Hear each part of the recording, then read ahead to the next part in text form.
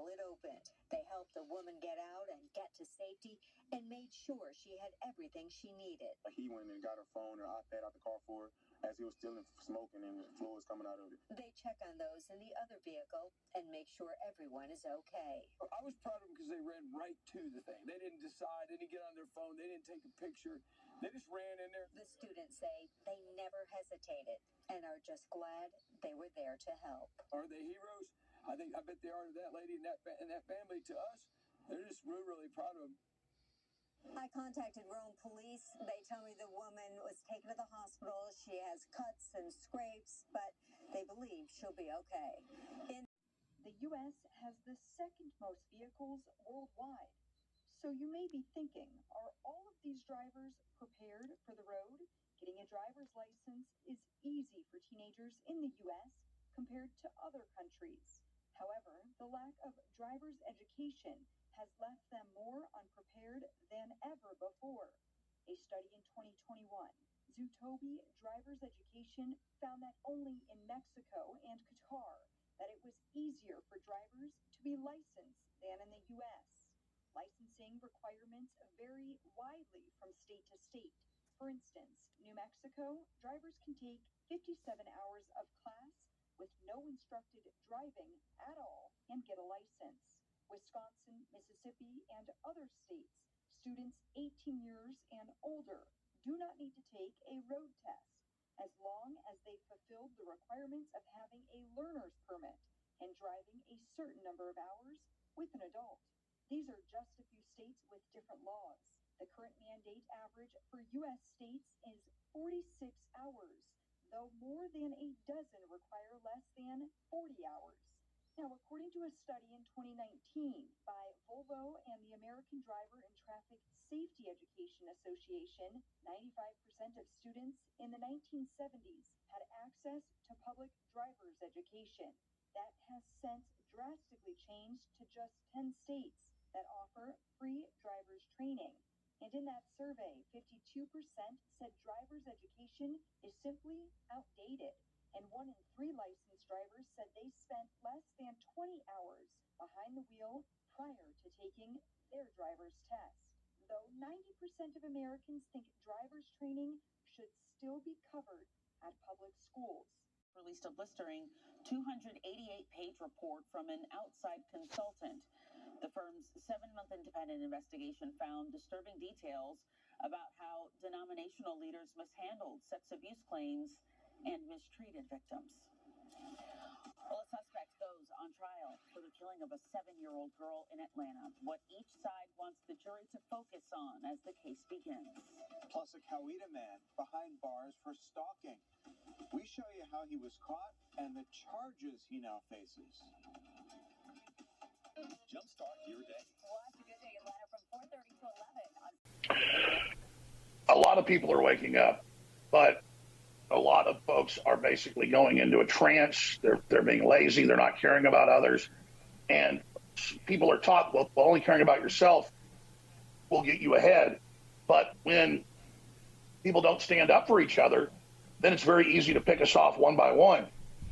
And so as this multinational group of anti-free market monopoly capitalists consolidate control, they're able to do it because they've been atomizing us and dividing us and conquering us and basically have allowed us to give up the social contract of what made America so great. And if you go back to the founding fathers, they didn't just have great intellects. They weren't just incredible scholars. They didn't just have courage.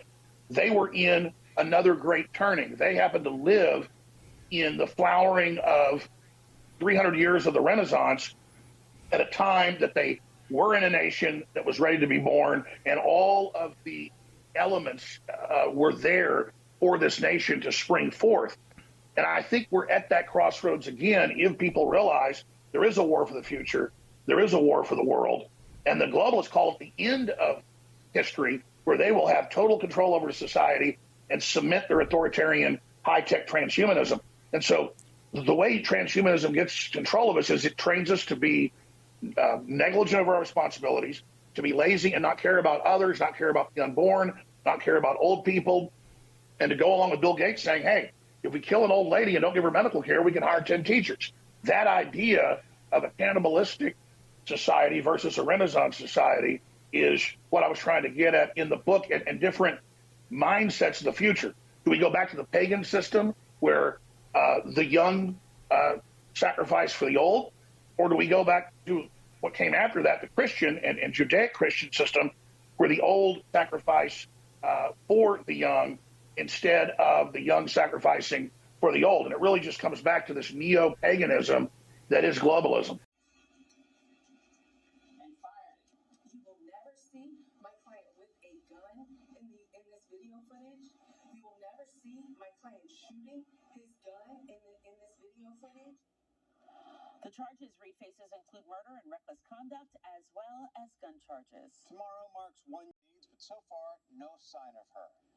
Anyone with information on Olivia's disappearance is asked to call the FBI or Meriwether County Police. New details. For food insecure, last year, the president signed into law a bipartisan bill that put in place a nearly 6% cost of living increase in compensation for veterans. That was the biggest since 1982, amid inflation challenges that hasn't done much to rectify the problem. In fact, it's getting worse. Now, 1 in 5 military or veteran families now struggle with food insecurity. That's twice as much as the general population. 57% of those vets served at some point since 9/11. Mazone, a Jewish response to hunger, says one of the biggest challenges is SNAP eligibility. This is because those are adjusted annually, and the price of goods and services has shot up so quickly that those changes haven't been factored in yet. While major names in the private sector, including PenFed and Grubhub, have ramped up donations to veteran shelters, it's only a drop in the bucket. By the executive director of a theater company, Terry Grease of Irondale Theater Company, was impressed by their story. The performance is also a fundraiser with the group aiming to raise enough money to buy a fighter jet. Grease said when he learned of the plan, he didn't want to be an instrument of war, but also found it sad and grandiose that young people would have that goal. Americans are finally getting a bit of a break from the back-breaking inflation that has racked the nation. Gasoline prices dipped to just under the $4 mark for the first time in more than 5 months. Good news for those consumers who are struggling with high prices for many other essentials. AAA said the national average for a gallon of regular was $3.99. States reported that animal rescue volunteers started moving the first batch of puppies late last month. Federal officials started a lawsuit in May against the Envigo RMS, which owns the facility the beagles came from. The facility was accused of neglecting the dogs almost altogether, not giving enough food, refusing medical treatment, and 300 puppies that died from unknown causes. The dogs will need a round of medical exams, vaccines, and other treatments before they can be adopted. 6,000, 7,000 mark, maybe slightly more, maybe slightly less. But the important thing is it's going down. Now, in the last sort of 10 years, it's been going down slowly, and what we're looking at now is a potential situation where it's going to start going down rapidly. New concessions have just been granted to palm oil companies in an area that was formerly protected, threatening the survival of the last wild populations. The trees are all cleared, everything is scorched, and 99.999% of everything that lives there dies. You can go into these areas and look for a grasshopper or a lizard, and you can't find one. They're not there. Nothing survives this conversion process.